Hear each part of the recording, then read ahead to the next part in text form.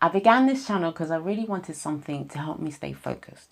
With this whole COVID-19 thing, I knew this was an open opportunity for me to really focus on my brand. I also wanted to use this as a platform for me to just be open as a fashion designer. You know, the good, the bad, the struggles, my health, and the fact that sometimes I don't know what the fuck I'm doing. But also I knew it would be an amazing place for me to really speak my mind.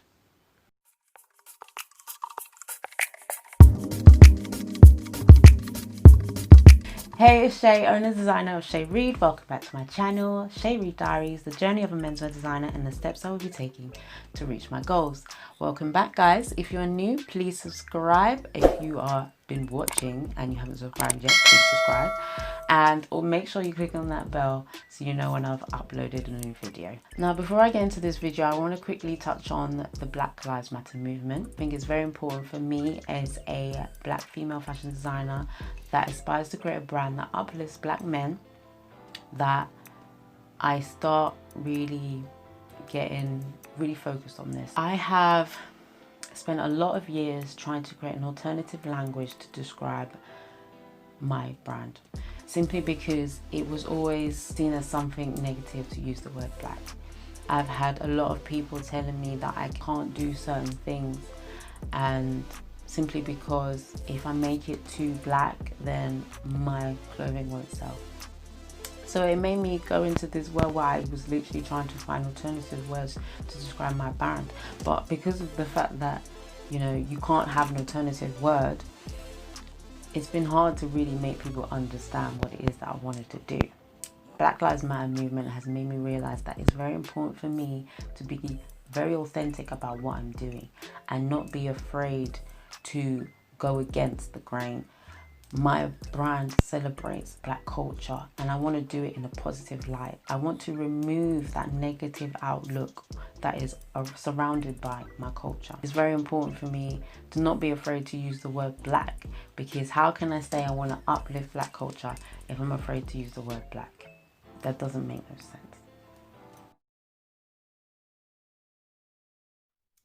In today's video, I'm going to be talking about why I do menswear. I'm doing this simply because a lot of people ask me about this, because, you know, I get a lot of ladies that want me to do women's wear, and as much as I'm, you know, touched by why they think I'll be good at it, I need people to understand it's more than just me going, oh, women's wear, men's wear, which one should I do?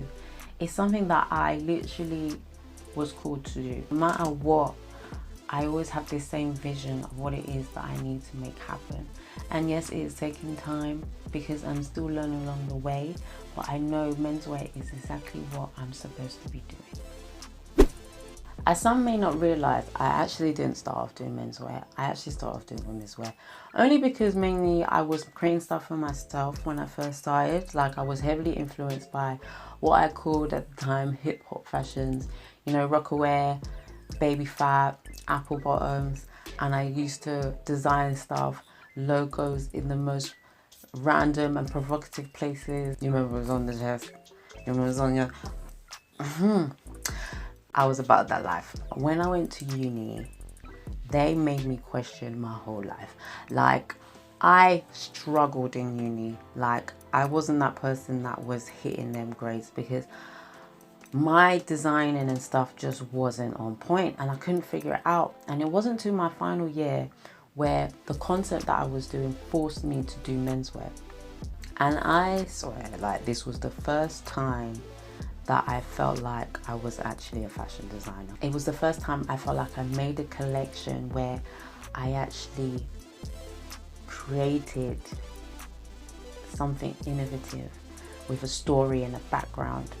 And I knew from that point, this is what I'm supposed to do. Like, women's wear ain't it, because I can never do that with women's wear. As much as I try, I just don't get that.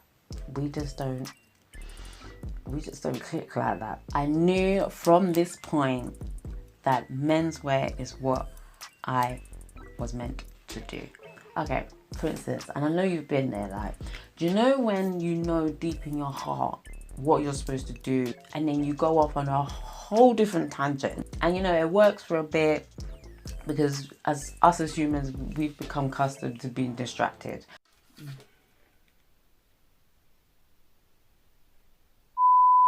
and then suddenly like boom, everything just feels weird.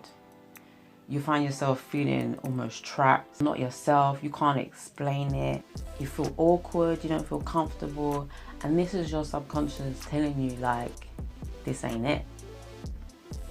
This ain't it. Like, fam, I need you to bring it back.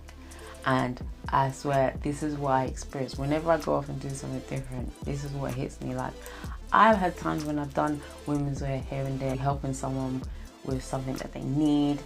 But I swear, whenever I touch on women's wear, that radar hits me like, I need you to go back. Guys, understand, yeah. Me and my menswear is not just some form of opportunity or I just thought it'd be great because, you know, there's not many female like me that create menswear. No, it's because I generally have a connection with menswear, and it's hard to really explain, but anyone that has a true passion and really connects with it internally, you understand that you just know that this is what you're meant to do. And regardless of anything, it's the one thing in the world that keeps you happy, keeps you positive, and also is that one thing that gives you hope. I hope that makes sense. I hope you can see now that this is all I want to do.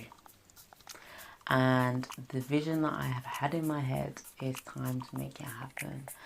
So I thank you guys for watching this video. Make sure you subscribe, like I said. Add that bell so you know when I've uploaded a video, and I will catch you guys on the next one. See you guys.